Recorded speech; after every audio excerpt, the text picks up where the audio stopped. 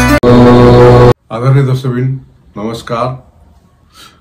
आजको यस ज्योतिषीय च्यानलको बसाइमा हामी लग्न र लग्नेशको बारेमा पुनः कुरा गर्दैछौँ।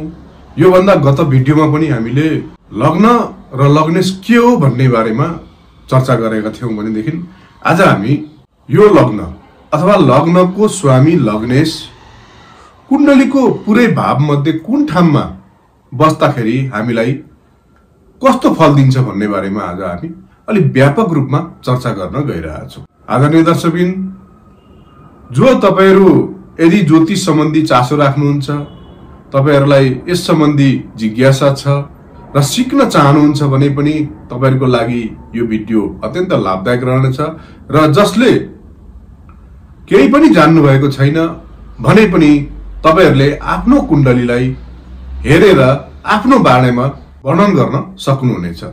र अब कुरा गरौं लग्नेश। गत भिडियोमा पनि हामीले लग्न के हो, लग्नेश के हो भन्ने बारेमा चर्चा गरेका थियौं भनेदेखि अब लग्न भनेको पुरै शरीरको एउटा मेरुदण्ड हो भनेर हामीले अगाडिको भिडियोमा पनि चर्चा गरिसकेका छौं। यो लग्न नै कुण्डलीको यो लग्न बलवान हुनुपर्छ। यदि कुण्डलीको लग्न बलवान छ भने व्यक्ति निरोगी, धनी, यशस्वी र थोरै पनि परिश्रम गर्दाखेरि उसले आफूले चाहेको फल प्राप्त गर्न सक्ने योग्य मान्छे बन्नलाई सहयोग गर्दछ। तर यही लग्न लग्नेश यदि कमजोर छ भने व्यक्ति रोगी हुन्छ अथवा धनको स्थितिबाट पनि उसले पर भाग्नु पर्ने हुन्छ। ऊ हरेक कुरामा सामाजिक आर्थिक कुराहरुमा कमजोर रहन्छ र स्वास्थ्यमा पनि उसलाई धेरै नै समस्याहरु आइरहने गर्दछ। अब यो लग्नेश र लग्नको निर्माण भनेको हाम्रो पूर्व जन्मको कमाइ अनुसार पहिले तय भएर आएको हुन्छ र यो लग्न बलवान छैन भनेदेखि कुण्डलीमा भएका अन्य राजयोगहरु पनि निरर्थक भएर जाने हुन्छन्। त्यसैले कुण्डलीमा हाम्रो लग्न र लग्नेशको अवस्था विचार गर्नु आवश्यक हुन्छ। यदि कुण्डलीमा लग्न अथवा लग्नेश लग्नको स्वामी बलवान छ भने व्यक्ति निरोगी, स्वस्थ, धनी, यशस्वी र बलवान पनि हुन्छ। अब यसै सन्दर्भमा हामी कुरा गरौं कस्तो अवस्थामा कुण्डली बलवान हुन्छ, कस्तो अवस्थामा कमजोर हुन्छ र अब प्रत्येक भावको आधारमा कुण्डलीमा भएका विभिन्न 12 वटा भावहरु जुन हुन्छन् त्यसमा हामीले प्रत्येक भावको आधारमा हामीले अहिलेको भिडियोमा हामी वर्णन गर्दै छौं। अब कुरा गरौं यदि लग्नको स्वामी लग्नेश कुण्डलीको प्रथम भावमा जहाँ 1 लेखिएको हुन्छ अथवा प्रथम भावमा छ भने व्यक्तिको स्वभाव भनेको ऊ सेल्फ सेन्टर्ड हुन्छ। ऊ आफूलाई नै पहिले चिन्ने हुन्छ र आफ्नो लागि सोच्ने, आत्मविश्वासी, निडर, स्वस्थ रहन्छ भनेदेखि आफ्नै बाहुबल, आफ्नै सामर्थ्यमा घर, भूमि, वाहन सम्पूर्ण कुरा जोड्ने खालको हुन्छ र व्यक्तित्व पनि आकर्षक हुन्छ। यदि यसै ठाउँमा मंगल भए व्यक्ति क्रोधी र झगडालु खालको पनि हुन्छ। चन्द्रमा भए शान्त स्वभावको मिलनसार व्यक्तित्व हुन्छ र शरीर पनि बलवान रहन्छ। अब यसै गरी हामी कुरा गरौं यदि लग्नको स्वामी दोस्रो भावमा छ भनेदेखि त्यो व्यक्तिको व्यक्तित्व धनमा सधैं फोकस गर्ने खालको अथवा धनप्रति आकर्षित हुने खालको, रिस्कमा खेल्ने, अचानक लाभ प्राप्त गर्न सक्ने, पैतृक सम्पत्ति सजिलै प्राप्त गर्ने र धनी पनि हुन्छ। खानपिनमा शौखिन, परिवारप्रति समर्पित, बानी पनि राम्रो हुन्छ र महाधनी पनि हुन्छ भनेदेखि तर लग्नेश बलियो हुनुपर्छ, शत्रु राशि वा नीचमा पर्नु भएन। अब कुरा गरौं तेस्रो भावमा लग्न बस्दाखेरि कस्तो अवस्था रहन्छ। तेस्रो भावमा लग्नको स्वामी बस्दाखेरि कस्तो अवस्था रहन्छ। यो तेस्रो भाव भनेको पराक्रम, मेहनतको भाग हो र भाइ बहिनीको पनि भाव भनेर हामी बुझ्दछौं। यदि तेस्रो भावमा लग्नको स्वामी बसेको छ भने व्यक्ति भाग्यको भरमा नबस्ने, परिश्रमी र मेहनती हुन्छन् र यो भावमा पाप गर्नलाई नै राम्रो मानिन्छ। 3, 6, 8, 12 यी भावहरूमा पाप गर्नलाई नै राम्रो मानिन्छ र यिनीहरू यहाँ शक्तिशाली पनि रूपमा रहेका हुन्छन्। यस्तो व्यक्तिहरू एकपल्ट सोचेपछि कामलाई पूरा नगरी नछोड्ने खालको साहसी, उद्यमी र पराक्रमी पनि हुन्छन्। भाइ बहिनीमा पनि राम्रो सम्बन्ध हुन्छ र घुम्ने फिर्ने कार्यमा बढी रुचि राख्ने खालका हुन्छन्। यस्ता व्यक्तिहरूले घुम्ने फिर्ने काम अथवा कमिसन सम्बन्धीको कामहरू गर्दाखेरि भनेको अत्यन्त लाभकारी रहन्छ। अब लग्ने चौथो भावमा कुरा गरौं। चौथो भाव भनेको माताको भाव, समाजको भाव अथवा आफ्नो सुख सुविधाको भाव भनेर हामी बुझ्दछौं। यदि लग्नको स्वामी चौथो भावमा छ भने व्यक्ति सुखी रहन्छ, धनी रहन्छ र उसले आफ्नो इच्छा अनुसारको भूमि, वाहन, भवन निर्माण गर्ने गर्दछ र माताको पनि अत्यन्त सपोर्ट पाउने खालको र बिजनेस व्यापारमा पनि उनीहरू सफल रहन्छन्। घरमै बसेर सुख शान्त जीवन बिताउन सक्ने खालका रहन्छन् र यसै ठाउँमा यदि मंगल, शनि जस्ता पापी ग्रह रहछन् भने माताको स्वास्थ्यमा केही कष्ट दिने र घरमा पनि अशान्ति मचाउने खालको रहन्छ। अब कुरा गरौं पाँचौं भाव। पाँचौं भाव भनेको विद्या, ज्ञानको भाव, सन्तानको भाव भनेर हामी बुझ्छौं। यदि लग्नको स्वामी पाँचौं भावमा छ भने ऊ सन्तानप्रति विचार विमर्श गर्ने खालको व्यक्ति रहन्छ भनेदेखि ज्ञानमा पनि उमा प्रचुर मात्रामा ज्ञानी र बुद्धिमान पनि रहन्छन्। केही न केही सिकिरहने, कलाको कार्यमा रहने र मनोरञ्जन सम्बन्धी मन पराउने खालका पनि रहन्छन्। अब कुरा गरौं छैठौं भावमा लग्नको स्वामी। छैठौं भाव अगाडि पनि भनिसकेको छु।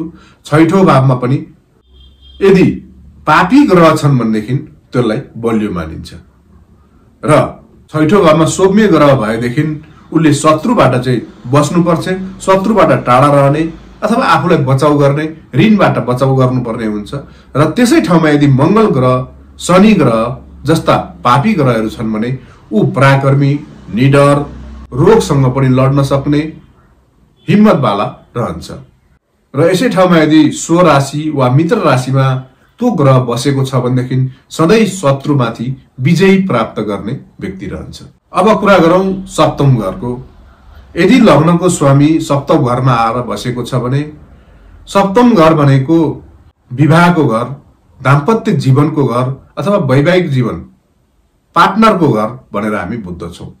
यस घरमा यदि राम्रो ग्रह, शुभ ग्रह छ भने त्यसले राम्रै फल दिन्छ र यदि नराम्रो ग्रह बसेको छ भने पति पत्नीमा बेमेल ल्याउने काम पनि गर्दछ र लग्नको स्वामी यदि सप्तम भावमा बसेको छ भनेदेखि उसले आफ्नो पार्टनर अथवा श्रीमान होस् या श्रीमती होस् त्यसप्रतिबाट उसले आफ्नो मान सम्मान, आत्मसम्मान सधैँ चाहरहेको हुन्छ। यस्ता व्यक्तिहरू आत्मविश्वासी, व्यापार व्यवसायमा सफल र मित्रता बनाउन पनि धेरै सिपालु रहन्छन् र क्रूर ग्रह भए वैवाहिक जीवनमा, दाम्पत्य जीवनमा केही समस्याहरू देखाउने गर्दछ। अब कुरा गरौं लग्नको स्वामी आठौं घरमा हुँदाखेरि व्यक्तिमा कस्तो प्रभाव पर्छ। आठौं घर भनेको एउटा रहस्यको घर, बिरामीको घर अथवा मारक भाव भनेर पनि हामी बुझ्दछौं। यसमा यदि लग्नको स्वामी बसेको छ भने व्यक्ति रिसर्च सम्बन्धीको, अनुसन्धान सम्बन्धीको अथवा रहस्य पत्ता लगाउने सम्बन्धीको खोज गर्ने खालको कामहरू गर्दाखेरि उसलाई राम्रो हुन्छ र यदि मेहनत नगरे उसको जीवन स्तर सामान्य स्तरको हुन्छ।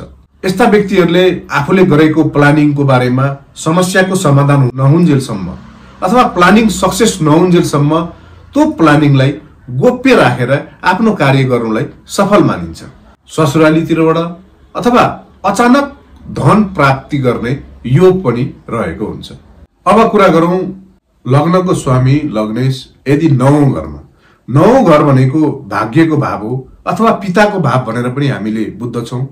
यदि लग्नको स्वामी यो नवौं घरमा छ भने व्यक्ति लग्नको स्वामी नवम भाव अथवा भाग्यको भावमा यदि रहन्छ भनेदेखि व्यक्ति भाग्यशाली रहन्छ। किनभनेदेखि उसले थोरै मेहनत गर्दा पनि धेरै सफलता हासिल गर्ने खालको हुन्छ। यस्ता व्यक्तिहरू पराक्रमी र धार्मिक पनि रहन्छन्। उनीहरूलाई धर्म, कर्म, तीर्थयात्रा प्रति बढी रुचि रहने हुन्छ। यिनीहरू धार्मिक यात्रा, शैक्षिक यात्रा तथा पिताको कार्यलाई अघि बढाउने खालका पनि हुन्छन् र पिताको साथ र सपोर्टमा काम गरे अझै अगाडि बढ्ने पनि यिनीहरूको सम्भावना बढिरहेको हुन्छ। यस्ता व्यक्तिहरू राजनीति सम्बन्धीको, राजनीतिक क्षेत्रमा, राजकीय क्षेत्रमा यिनीहरूको प्रभाव राम्रो रहन्छ। उच्च प्रशासनिक पदहरू प्राप्त गर्ने खालको योग रहेको हुन्छ। जति बढी पाप प्रभाव परो त्यति बढी मेहनत गर्नुपर्ने हुन्छ। र यसै भावमा यदि 12औं भावको सम्बन्ध भए व्यक्तिले विदेशमा गएर आफ्नो भाग्य बनाउने हुन्छ। विचार र कर्म पनि राम्रो हुन्छ र समाज वा कार्य क्षेत्रमा पनि यिनीहरूले सफलता हासिल गर्न सक्ने हुन्छन्। अब कुरा गरौं लग्नको स्वामी लग्नेश 10औं भावमा। 10औं भाव भनेको कर्मको भाव हो।